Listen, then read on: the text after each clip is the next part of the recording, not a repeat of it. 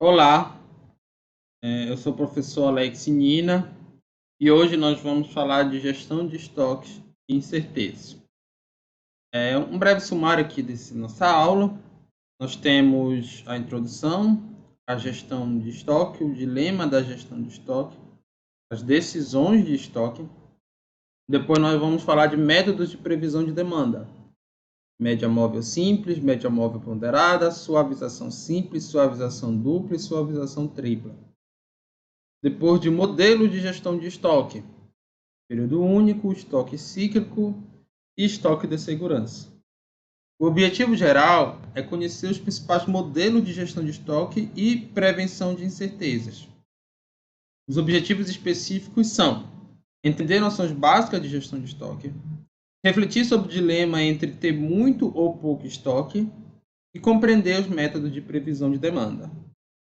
Então, uma introdução. Estoque são acumulações de matéria-primas, suprimentos, componentes, materiais em processos e produtos acabados. Tudo isso aqui nos diversos pontos da cadeia de suprimento. Então, nós temos a cadeia de suprimento, até que se chega ao consumidor final, esses materiais aqui, eles podem estar no fornecedor inicial ou num dos distribuidores, ou em diversas partes de uma mesma empresa, né? Num galpão, em transporte também considerado estoque, enfim. Então, tudo que tiver aqui na cadeia de suprimento que ainda não for o consumo final é estoque.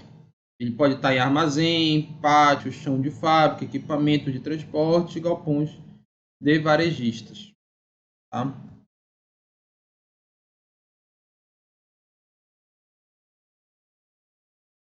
O dilema do estoque. O grande dilema do estoque é se eu tenho que ter muito ou pouco estoque.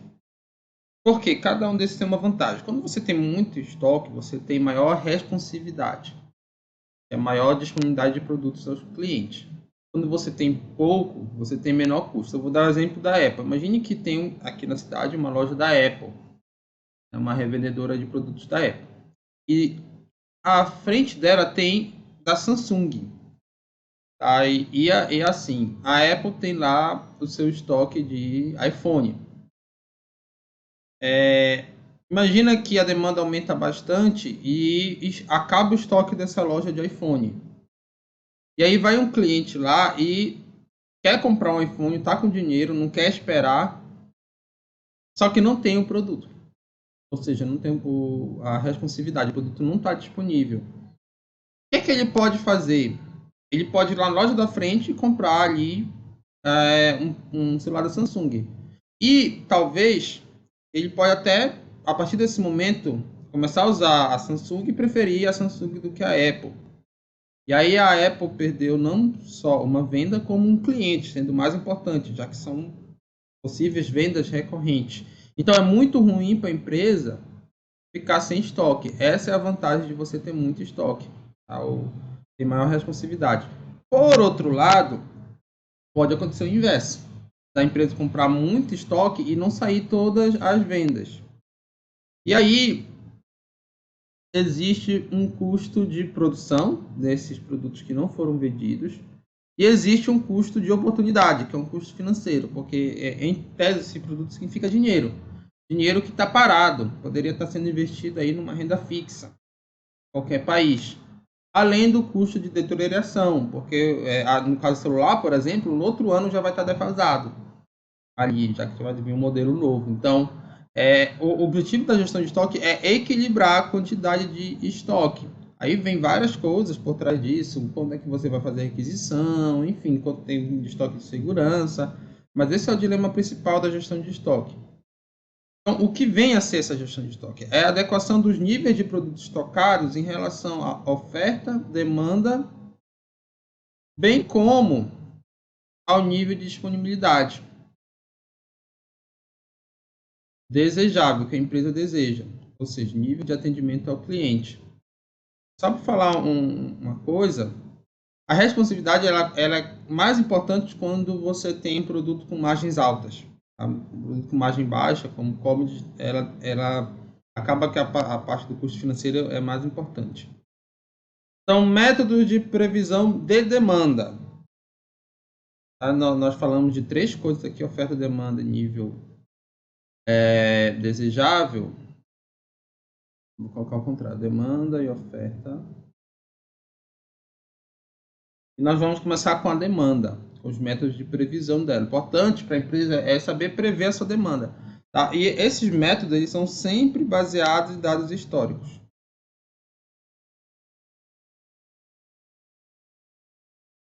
Colocar.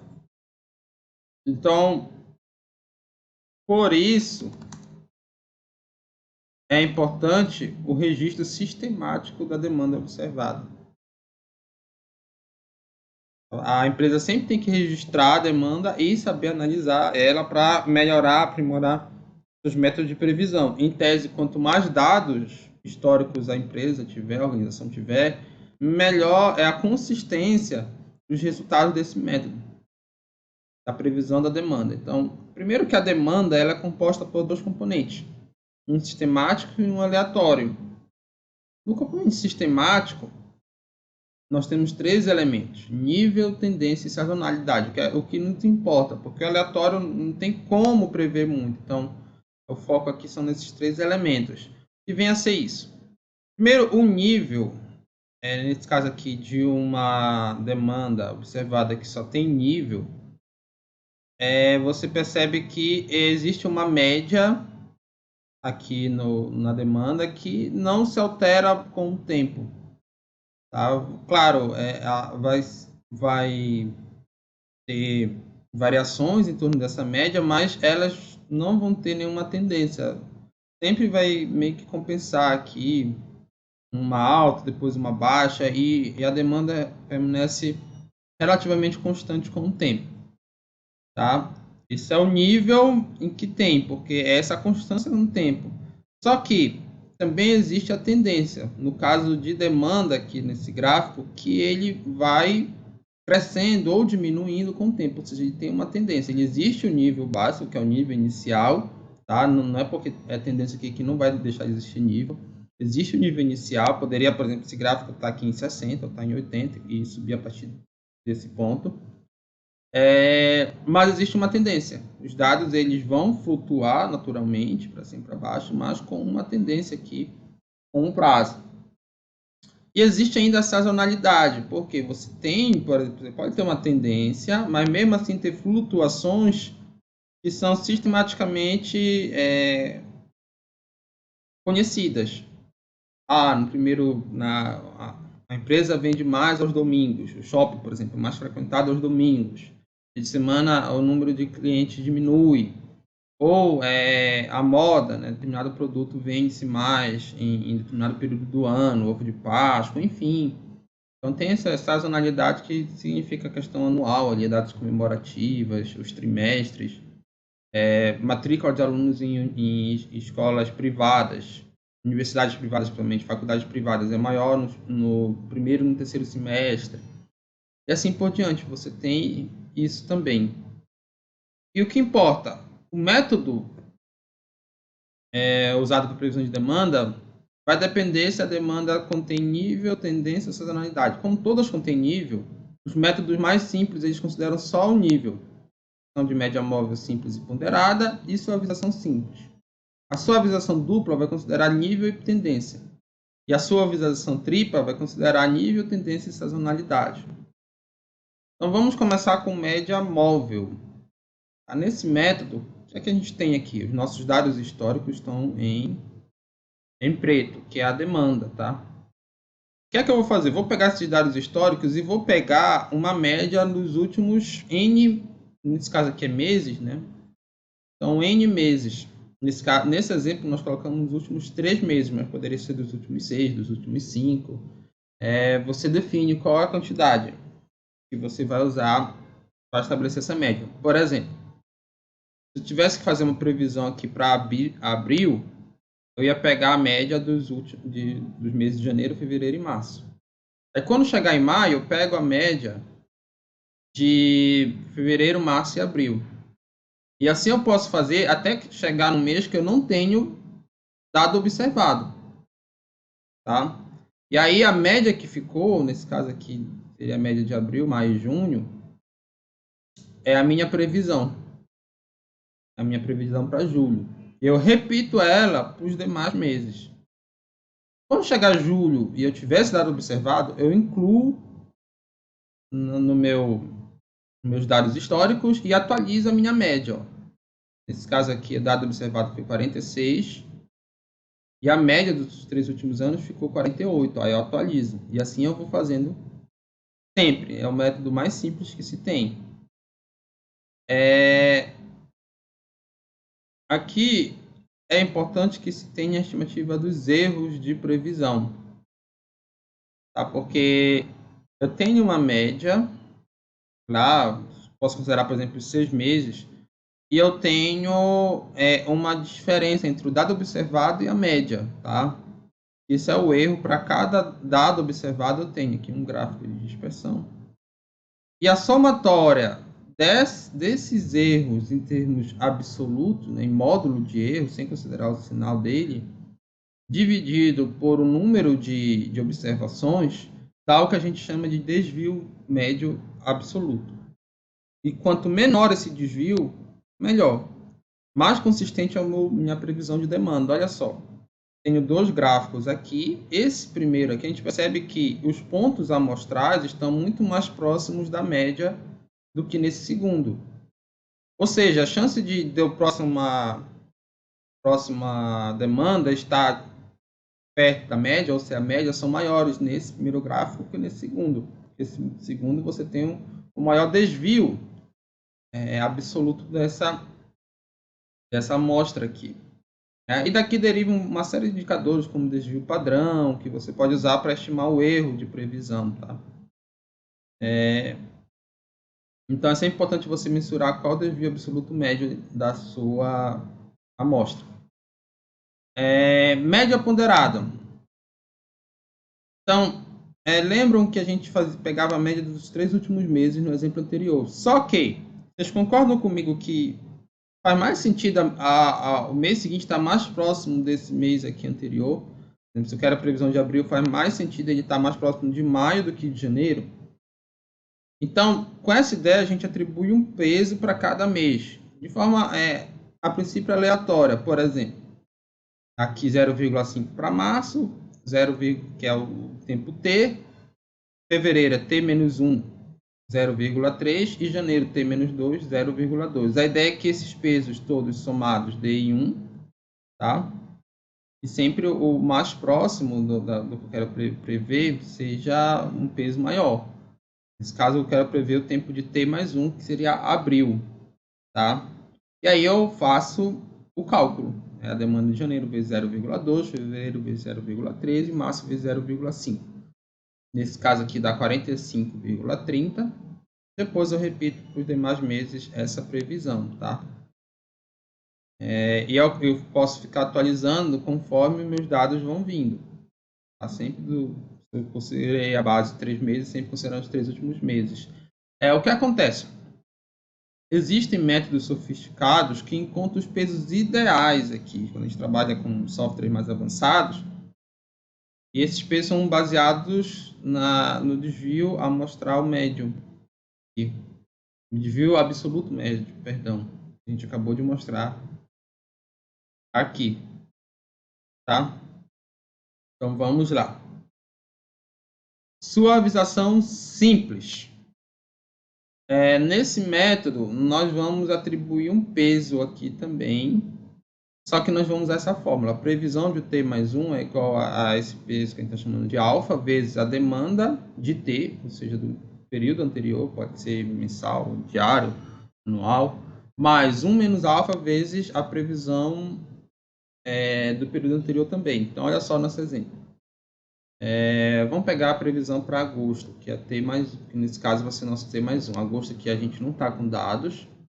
Nós temos o peso atribuído 4, 0,4. Então, 0,4 é o alfa, vezes a demanda do mês anterior, 46, mais 1 menos 0,4 vezes a previsão do mês anterior, que tinha sido de 47,79. E aí a gente encontra o resultado 47,7 e repete para todos os meses. Tá? Nesse método aqui, a gente pressupõe que a previsão do mês 1 é igual à própria demanda do mês 1. Porque quando está no mês 1, a gente não tem dado suficiente para fazer a previsão, já que precisaria do dado observado do mês anterior. Né? Esse peso aqui também, assim como toda vez que a gente falar em peso nessa aula, vocês tenham na cabeça que existem softwares que calculam o peso ideal. Tá? Sempre isso vai existir. Mas também você pode atribuir um peso aleatório conforme sua expertise. Também. Vamos lá para a suavização dupla agora. Ela existe quando você tem uma tendência. Olha só esse gráfico. Você agora, a média, né, vai claramente aumentando com o tempo. E aí você consegue também em softwares como o próprio Excel calcular a reta, a equação, perdão, dessa reta aqui. Você tem como usar, pedir para o software calcular a linha tendência e te dar uma equação, a tendência linear nesse caso aqui, tá? Se chama. Aqui são os dados desse exemplo. E essa equação é importante porque a gente vai usar ela para calcular a previsão de demanda. Nós temos nessa equação esse termo que está fora do x, né? Ou seja, que é um constante, é chamado de intercepto, onde a reta ela toca no zero do eixo x, é o nível. Tá? O nível é onde inicia a minha reta. Já o que está com o eixo x, com x aqui, multiplicando por x, é a tendência. A variação de y conforme o x. Existem também os erros aqui, pode ter a própria projeção da reta, que é simplesmente você ir colocando valores para x e encontrando y. Esses são os elementos importantes. Aqui nós temos que a projeção do tempo t mais 1 é igual ao nível do tempo t mais a tendência do tempo t, ou seja, dos períodos anteriores. Tá? Quando a gente tem a equação, a gente encontra também o T1 e o L1. Os próprios coeficientes da equação são tendência e nível. Tá? Então, a gente já começa a fazer nossa tabelinha aqui. Como a gente tem o tempo 1 e o nível 1, nós conseguimos encontrar a projeção de 2, né, nesse caso, aplicando essa fórmula. Aqui em vermelho, o resultado encontrado quando a gente usou esses dados do exemplo. Tá? E depois, para encontrar os demais, a previsão do tempo 1 não vai ter. Para encontrar os demais, existem fórmulas tanto para o nível como para a tendência. Então, a fórmula do nível vai ser o alfa vezes a demanda, isso do mesmo tempo, olha, nível em t. A demanda em t vezes alfa mais você tem aqui 1 menos alfa vezes o nível do período anterior mais a tendência do período anterior. Então, vamos usar os dados que nós temos. A demanda nós temos aqui, ó, 35. O alfa, aqui no nosso exemplo, a gente colocou um valor aleatório de 0,3. Sempre tem que ser entre 0 e 1. A demanda, o nível e a tendência do período anterior nós temos também, que é da própria equação nesse caso. Encontramos o nível de 2 de 30,30. Tá? Agora vamos encontrar a tendência. A fórmula da tendência vai ser um beta, que é outro coeficiente também, que varia de 0 a 1, vezes o level do t, aqui a tendência de t, tá? Level de t menos nível de t menos 1, mais 1 menos beta, vezes a tendência de t menos 1. E aí eu tenho todos esses dados, se vocês olharem aqui. Tá? Eu tenho o nível no caso, eu estou calculando a tendência do segundo mês. Eu tenho o nível de T2, o nível de T1. O beta eu coloquei um valor aleatório. E a tendência de T menos 1. Tá? Eu chego ao valor de T2 de 5,9. Então, pessoal, eu consigo novamente calcular a previsão da demanda e os demais. Tá? Aplicando aí as fórmulas anteriores, eu consigo completar essa minha tabela. Inclusive, nesse nosso exemplo aqui, para os meses ou períodos que eu não tenho dados.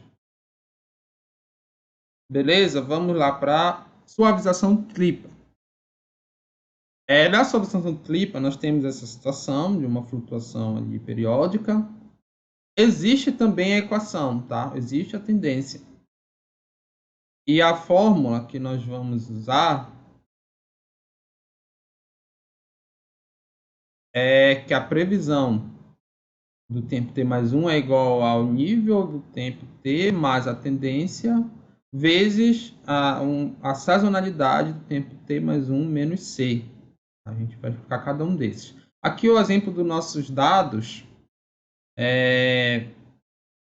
Vocês percebem que nós dividimos aqui o ano em 4 trimestres e a gente percebe que existe aqui trimestre 1, 2, 3 e 4, depois repete 1, 2, 3 e 4, 1, 2, 3 e 4, que faz aqui essa distribuição amostral.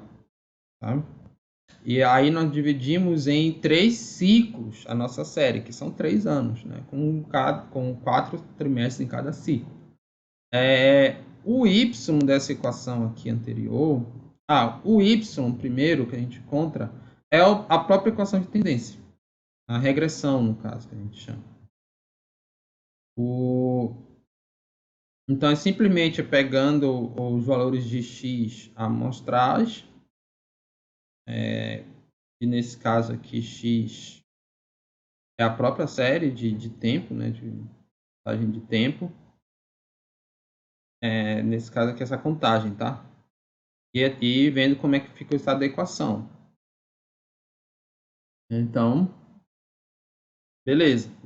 Substituindo o x por essa contagem aqui, ó, x.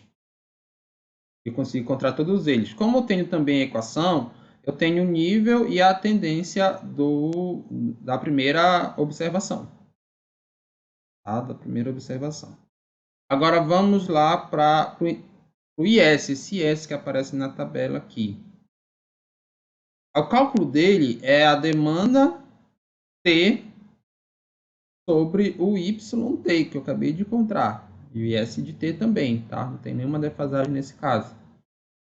E como eu tenho os dois, ó, eu consigo encontrar de todo mundo. Eu tenho todos os Y e tenho todas as demandas observadas, né? Até onde eu tenho dado observado. Beleza? Encontrei o IS. Esse IS, pessoal, ele vai ser importante para encontrar a sazonalidade. Porque uma coisa é índice de sazonalidade, outra coisa é a sazonalidade, tá? Aí eu vou aplicar esta fórmula aqui para encontrar a sazonalidade. O gama, que é um novo parâmetro aqui que eu coloquei para sazonalidade. Ainda tem o parâmetro de alfa e beta, que é para nível e tendência. Vezes, lembrando que a sazonalidade de T, vezes dt sobre LT. Eu tenho aqui, no caso da primeira observação, o D e o L. Mais 1 menos gama. Gama eu coloco um valor aleatório. Lembrando que os softwares eles encontram o valor ideal. Vezes ST menos C. O que vem a ser esse Czinho que aparece aqui? Esse C, pessoal, é o dado de S para o ciclo anterior. Como eu não tenho dados, considerando a primeira amostra, não tenho dados do ciclo anterior, como é que eu encontro o S? Eu pego a média de cada período correspondente. O que significa isso? Lembra que eu tenho o primeiro trimestre em cada ano. Então, eu pego a média do primeiro trimestre de cada ano. Eu pego aqui o valor da demanda, tá? Média da demanda não, do IS. A média do IS aqui. Pego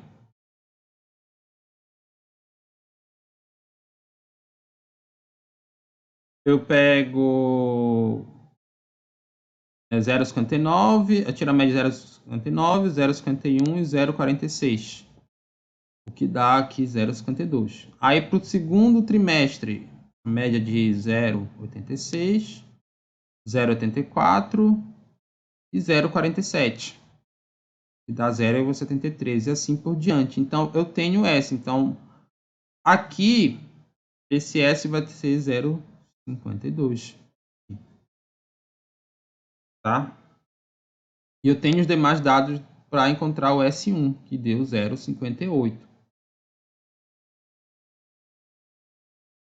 Agora aqui o L, que é o nível. L de T mais 1. Já quero encontrar o L, por exemplo, de 2.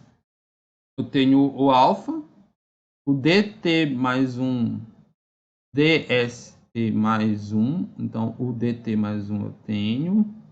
Nesse caso, ST mais 1 menos C. Então, seria o S da segunda observação menos o ciclo anterior, que seria o 0,73. 1 mais alfa vezes esse nível do tempo do T, né, que seria do período anterior, eu tenho também, mais a tendência do período anterior. Eu tenho todos os dados para encontrar o LT mais 1. Eu encontrei aqui, aplicando a fórmula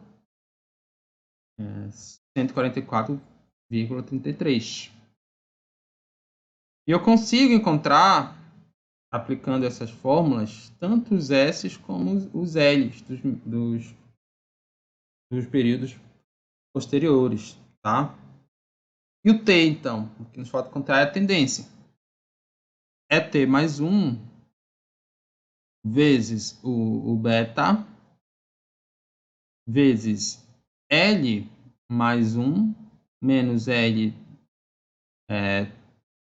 T, nível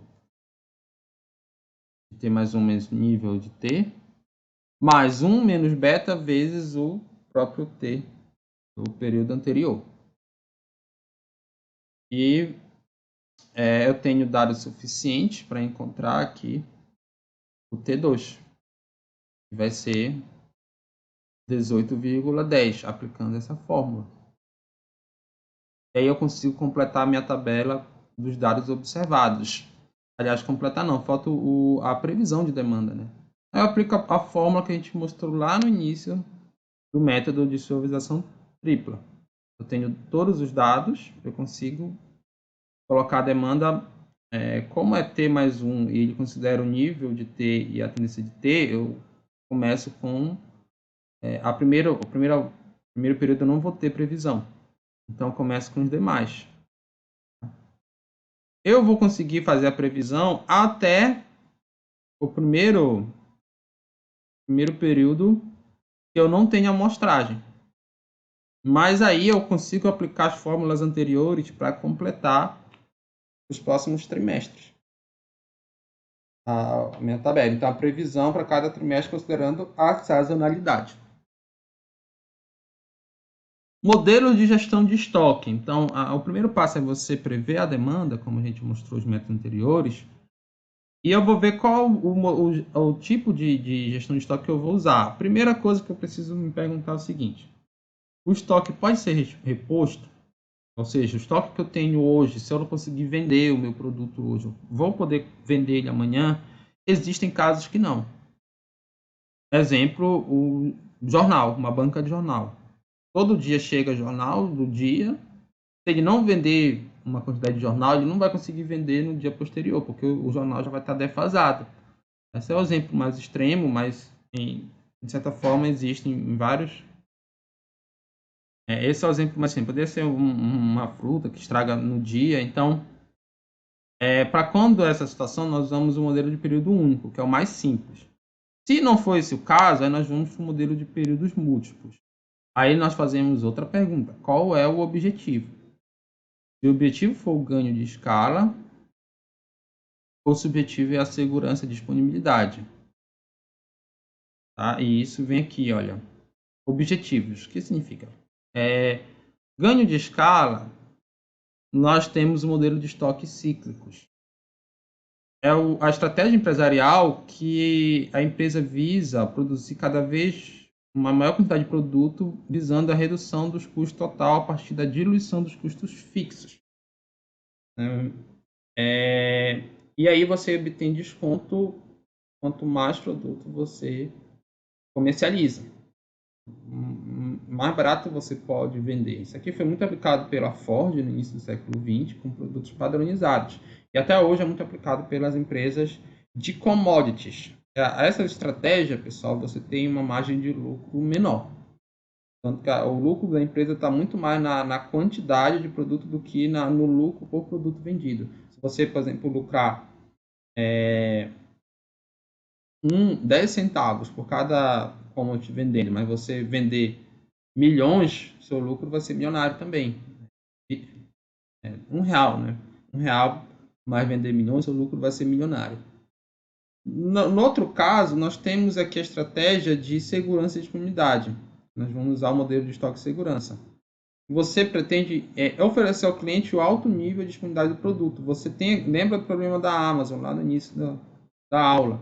Se ela deixar de vender ali aquilo, ela pode perder um cliente. Então é muito ruim para ela a perda de cliente. E também você tem que ter uma certa variedade de demanda de suprimento. Então o mercado de vinhos também funciona assim, né? Vamos lá. Nós fizemos esse primeiro objetivo. E depois, qual é o critério de reposição? Aí você pode ter o modelo de revisão contínua ou modelo de revisão periódica. O que significa isso? Modelo de revisão contínua.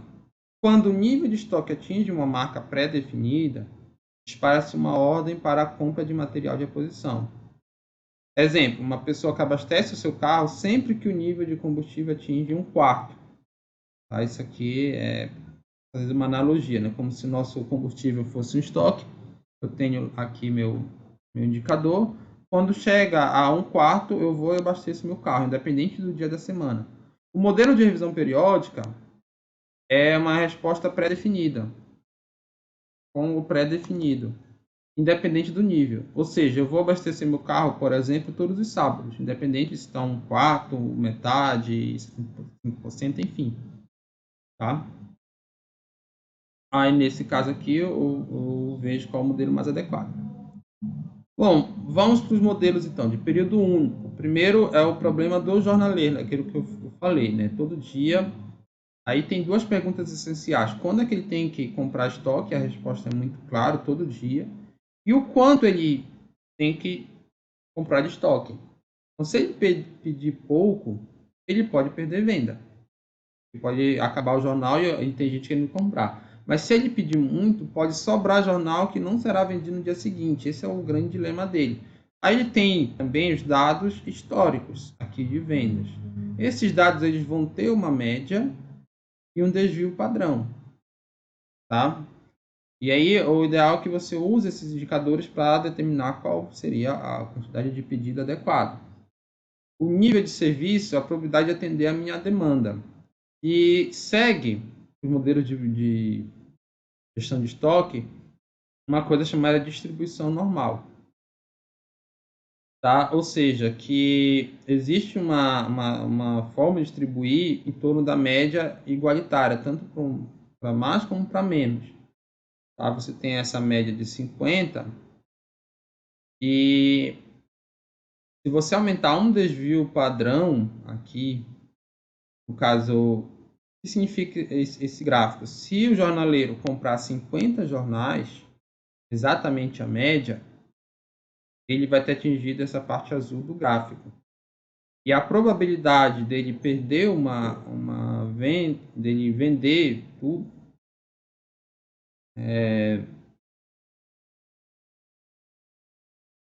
vender tudo,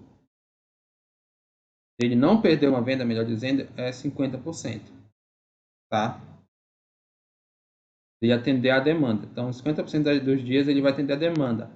Esse vai ser o nível de serviço dele.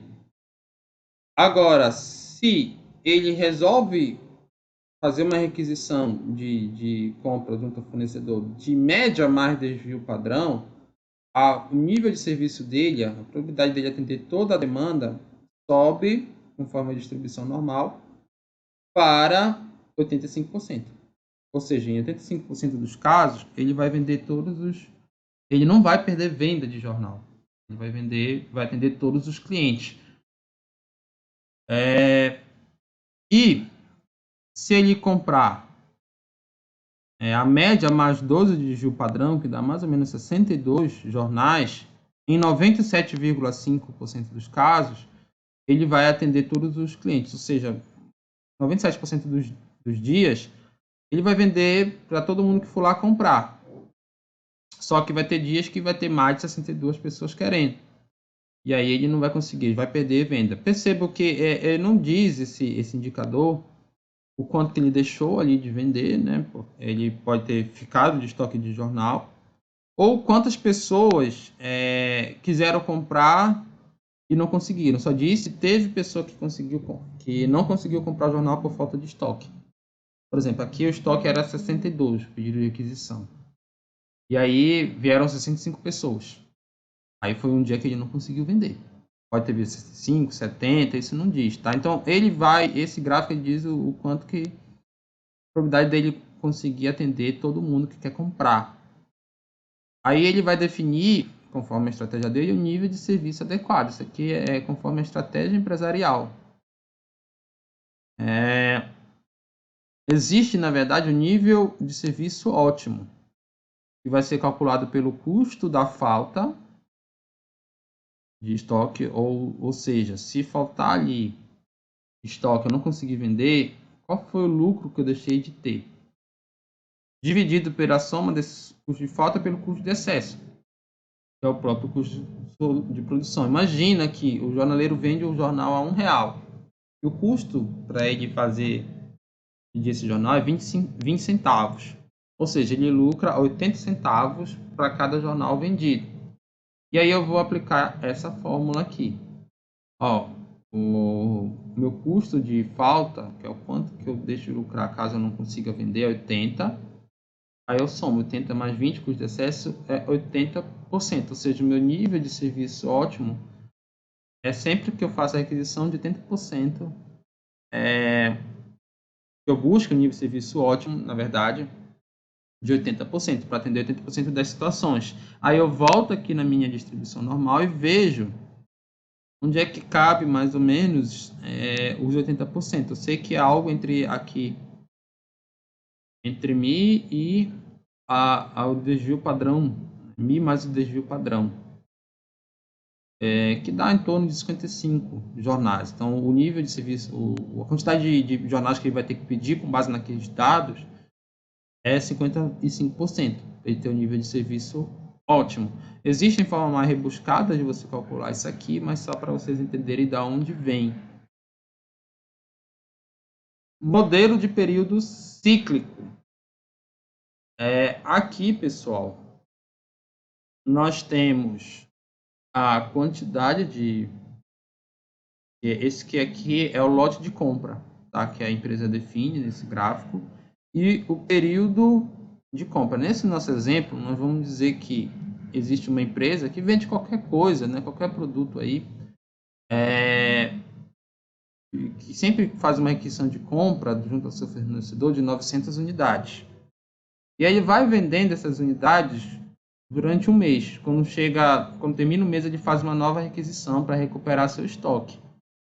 Tá? E aí nós temos a média de estoque, que é importante aqui também. E se ele pede 900 unidades e o estoque é consumido a uma taxa constante, significa que, em média, ele vai ter no armazém dele Q sobre 2 de estoque, ou seja, 450 unidades. Ele tem também a taxa de consumo.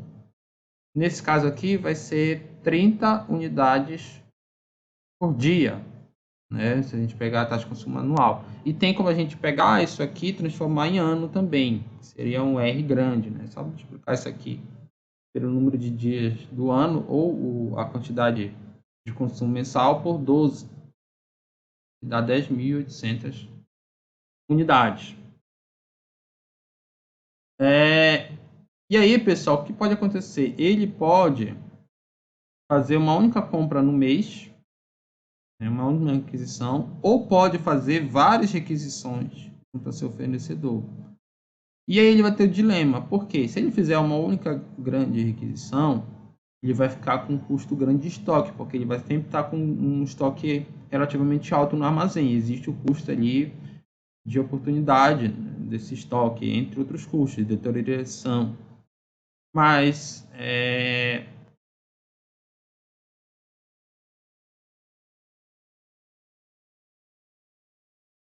Mas lembrando que existe um custo para ele fazer o pedido.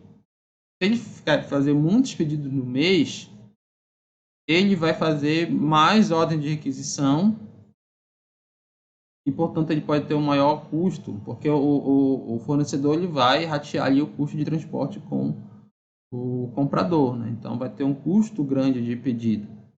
Ele vai pedir mais vezes no ano.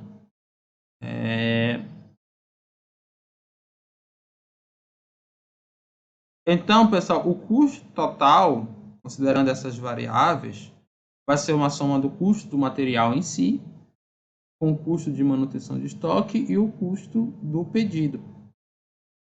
Tá? Tudo isso aqui a gente vai usar para base de ano, para fazer os cálculos que são importantes nesse modelo. Então, primeiro, aqui o custo de material. O custo de material é o custo por unidade que eu tenho junto ao meu fornecedor vezes a demanda anual, que é esse R aqui, a taxa de demanda anual. Então, nesse caso aqui, eu calculei o R em 10.800 unidades. E no nosso exemplo, o custo por unidade vai ser R$15. Multiplicando os dois vai dar R$162.000. Importante que para o nosso modelo o CMAT é constante. Tá? É uma constante aí que vai ter, independente, pessoal, do lote de compra que eu decidi comprar, escolher. Aqui a grande pergunta é qual o lote de compra ideal.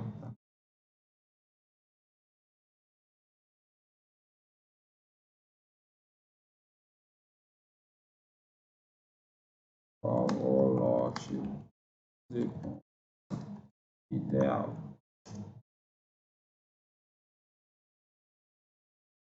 Beleza, então vamos lá. Vou voltar aqui para o nosso exemplo. Então, esse CMAT ele não altera no lote de compra aqui, conforme eu posso pedir aqui, ficar pedindo 200, 400, 600, 800 unidades, sempre vai ser o mesmo. Quando a gente olha para o CMAN, que é o custo de material, é diferente, porque ele aumenta conforme o lote de compra. Tá? Então, o cálculo dele é C, custo unitário, no caso R$15, vezes H, que vai ser o nosso custo de oportunidade. No nosso exemplo é 14% ao ano, que é uma aproximação aí da Selic. O que significa? Significa o estoque parado que ele poderia estar rendendo. Tá? Eu tenho como aprimorar essa fórmula, incluindo outros custos também que existem, tá? Com o custo de deterioração do estoque, mas para fins aqui da aula, a gente vai considerar esse custo de manutenção como um simples custo de oportunidade. Você pega o valor contábil dos estoques e vê quanto é que ele poderia estar rendendo ao ano. Vezes o estoque cíclico, que é a média de estoque que você tem ali no seu armazém. Fazendo esse cálculo, no nosso exemplo deu 945, tá? Considerando o estoque cíclico de 450 unidades, ou seja, o estoque cíclico é Q sobre 2, o nosso Q de 900. 900 está bem aqui, está bem no ponto desse gráfico. Mas se nós diminuirmos a quantidade Q, vocês percebem que o custo de manutenção de estoque vai diminuindo, porque a gente vai ter cada vez menos estoque no nosso armazém, significa cada vez menos dinheiro parado.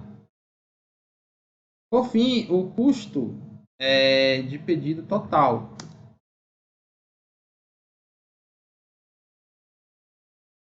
Um total, tá? Total. Existe o custo de pedido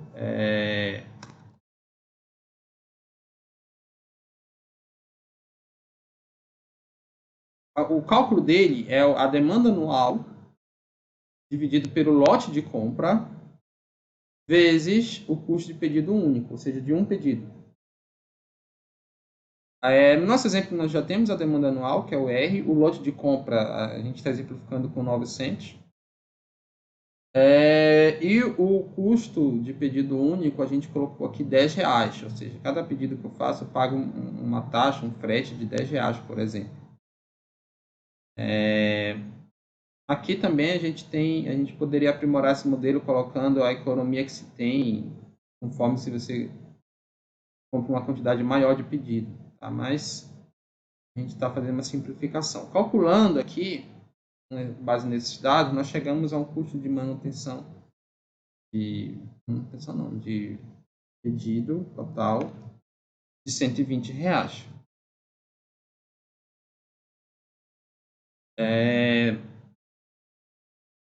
Vou colocar aqui CR, que é o custo de requisição.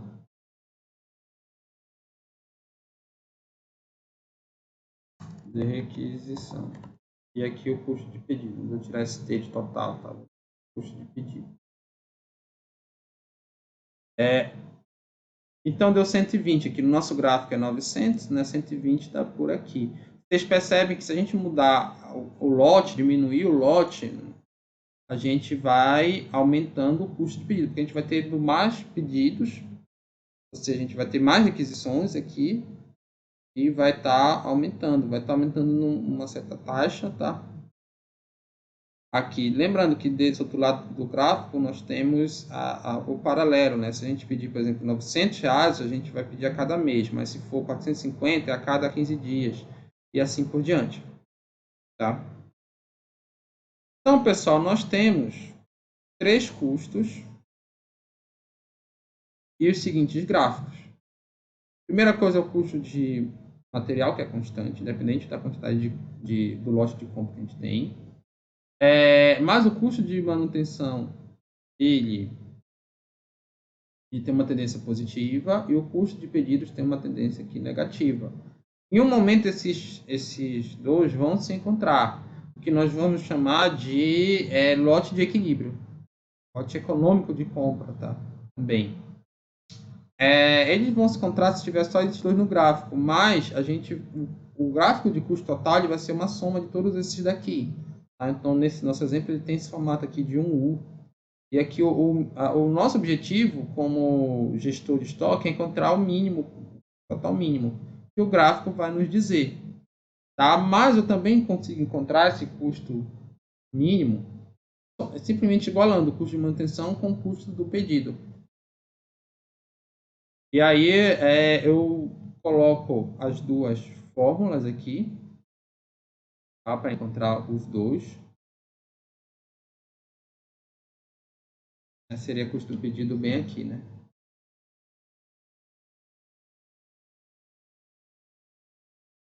Esse aqui é o CP, esse aqui é o CM. E aqui eu estou aplicando essa fórmula, fazendo aqui a matemática, né? Eu encontro que a quantidade ideal de requisição de lote lote de compra, que seria o nosso lote econômico de compra, é a raiz quadrada de 2 vezes R, que é a demanda anual, vezes CR, que é o custo da requisição, de cada requisição, dividido pelo custo unitário do produto, vezes o custo de oportunidade aqui, H. No nosso exemplo, eu vou colocar aqui todos esses dados aqui que nós colocamos, e a gente chega num lote econômico de compra de 320 unidades. Tá? E aí eu consigo projetar também com o lote econômico de compra qual é o ciclo de requisição do produto. Tá? Lembrando, o modelo pode ser aprimorado, incluindo outras variáveis. Tá? A redução do custo unitário com o aumento do lote de pedido. Então, se eu pedir um lote maior, o fornecedor pode me dar um desconto. E o custo de deterioração do estoque. É importante vocês saberem que tem algo mais sofisticado, mas por hora está muito bom vocês entenderem isso aqui, esses cálculos. Modelo de estoque de segurança. Esse modelo de estoque cíclico ele considera que o estoque sempre é reposto quando chega a zero. Mas isso não é verdade, pois na maioria das vezes existe um tempo entre a requisição de uma compra e a chegada do produto. chama de lead time. O que vem a ser isso? Aqui é o nosso modelo, com base no que a gente mostrou anteriormente. E o lead time é o tempo para o pedido chegar, porque não é assim, o meu estoque zerou aqui, eu vou fazer o pedido para o fornecedor e hoje mesmo ele vai me dar. Não, ele tem um tempo, na maioria das vezes, para entregar esse produto para mim. Isso é o lead time. Então, por exemplo, ele demora 4 dias para me entregar o produto. Então, quando o meu estoque chegar no que a gente chama de demanda durante o lead time, eu tenho que ligar para o meu fornecedor e dizer, olha, me manda o produto. Tá? Como aqui, nesse nosso caso, a taxa de consumo é de 30 unidades por dia e meu lead time é 4 dias, significa que quando chegar em 120 unidades, nós chegamos na ADL, eu tenho que fazer a requisição. Porque vai demorar exatamente 4 dias para que ele chegue com o meu lote aqui e eu não fique sem estoque. O estoque de segurança ele visa prevenir o aumento da demanda ou atraso no lead time. Por quê? Mesmo se a gente pedir faltando 4 dias, o que é que pode acontecer? Pode aumentar aqui a demanda e eu ter consumido nesses 4 dias mais de 120. Lembra que esse T, aqui, que é a taxa de consumo, é a taxa de consumo média. Pode ser mais do que 30 e eu ficar sem estoque, eu perder venda. Ou também o meu fornecedor pode atrasar. Esses 4 dias aqui também é uma média. Pode ser que ele demore 5, 6 e aí eu fico também sem estoque. Então, por conta disso, a empresa mantém um estoque de segurança. O que significa? Uma quantidade a mais que vai ficar estocado lá no armazém da empresa para prevenir essas incertezas.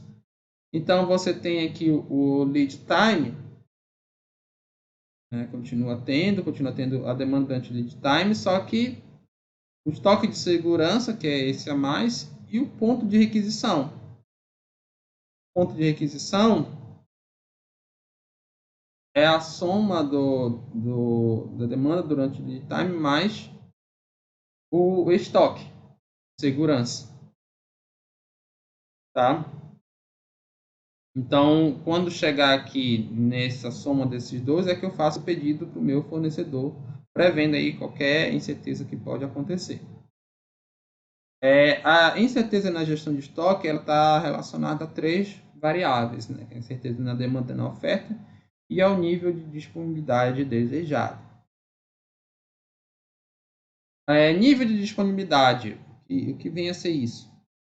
A primeira coisa que a empresa deve definir é seu nível de disponibilidade, o quanto que de vendas ela quer atender percentualmente, tá? E aqui a gente vai seguir a distribuição normal que nós falamos anteriormente, lá no exemplo do jornaleiro. Existe para essa distribuição normal, pessoal, uma tabela própria que se baseia no que a gente chama de Z correspondente da distribuição normal. Tá? Então, vocês têm aí no material que eu passei para vocês. O que significa isso? A empresa definiu 95% de disponibilidade. Você vem nessa tabela, você vai primeiro ver onde é que fica o 0,95. Tá? Aqui na célula, nas células internas. Eu encontrei o 0,95 aqui entre o 1,6 desse lado e esse aqui no Z da coluna, esse Z das linhas é a terceira casa decimal, tá? Então foi entre o 0,04 e o 0,05, ou seja, é o 0,45, 0,045, melhor dizendo. Então eu fico 1,6 mais 0,045. O meu Z, pessoal, o nível de disponibilidade de 95% é 1,645. Tá? Então, o padrão em muitas situações é usar esse nível de disponibilidade de 95%, mas você pode usar outro conforme a estratégia da empresa. No nosso exemplo, nós vamos usar aqui o 95%. Já defini o meu Z, e esse Z vai ser importante para os demais cálculos. Por quê? O estoque de segurança com incertezas na demanda vai ser igual ao meu Z, do nível de disponibilidade que eu escolhi, tá? Nível de segurança desejável, vezes a raiz quadrada de L, que é o lead time, nesse caso aqui, vezes o desvio padrão da demanda. Então, o Z eu calculei, o lead time, no nosso exemplo, por exemplo, é 4 dias. O desvio padrão, digamos que fosse 100 unidades. Fosse 100 unidades, tá? Aí, pessoal, eu faço esse cálculo e encontro um estoque de segurança de 329. É só aplicar a fórmula. Já o estoque de segurança com incerteza na demanda e na oferta vai ser simplesmente quando, aqui nesse primeiro caso, é quando a minha oferta do fornecedor eu tenho certa previsibilidade, mas pode ter incertezas na demanda dos meus clientes, na oferta, que é no próprio lead time, o fornecedor pode me atrasar. O estoque de segurança vai ser esse Z do nível desejado, vezes o desvio padrão da demanda durante o lead time. Tá? E aí, como é que eu calculo esse desvio da padrão da demanda durante o lead time?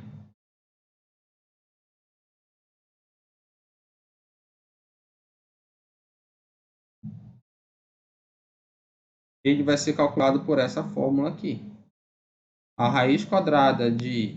Aqui é esse Mi significa a média, que é a média do lead time, no nosso exemplo, 4 dias, vezes o desvio padrão ao quadrado da demanda, no caso seria 100 unidades, nosso exemplo, mais a média da demanda elevado ao quadrado, vezes o desvio padrão do lead time elevado ao quadrado. Na nossa fórmula, substituindo todos os valores que a gente colocou aqui, a gente encontra um desvio padrão da demanda durante o lead time de 921,95. E aí o nosso cálculo de estoque de segurança é o Z vezes esse 921,95, que dá 1.516,62. Pessoal, concluindo essa aula, aqui um mapa mental, nós tratamos de gestão de estoque e nós vimos que a gestão de estoque começa com a previsão da demanda. Existem métodos de previsão da demanda que consideram somente o nível, média móvel simples e ponderada e suavização. Outros que consideram a tendência, que é a suavização dupla, e outros que consideram a sazonalidade também, que é a suavização tripla. Existem modelos de gestão de estoque, de período único, lá para o problema de jornaleiro, período cíclico, aplicado mais a empresas que buscam ganho de escala, o foco está ali no produzir bastante. E o estoque de segurança, mais aplicado a empresas que competem por valor. Tá? Esse estoque de segurança é o que vai estar associado com as incertezas na gestão de estoque. Porque essas incertezas elas podem vir tanto da demanda, de ter uma demanda eventualmente acima do esperado, como da oferta, que basicamente está associada a um atraso no tempo de entrega, que é o lead time. O estoque de segurança ideal vai depender dessas incertezas e também do nível de disponibilidade que eu quero para a minha empresa. A atividade produto, vocês vão fazer ali uma lista de exercícios, conforme vocês estão vendo aqui no material que eu passei impresso. Essas foram as referências dessa aula. Muito obrigado.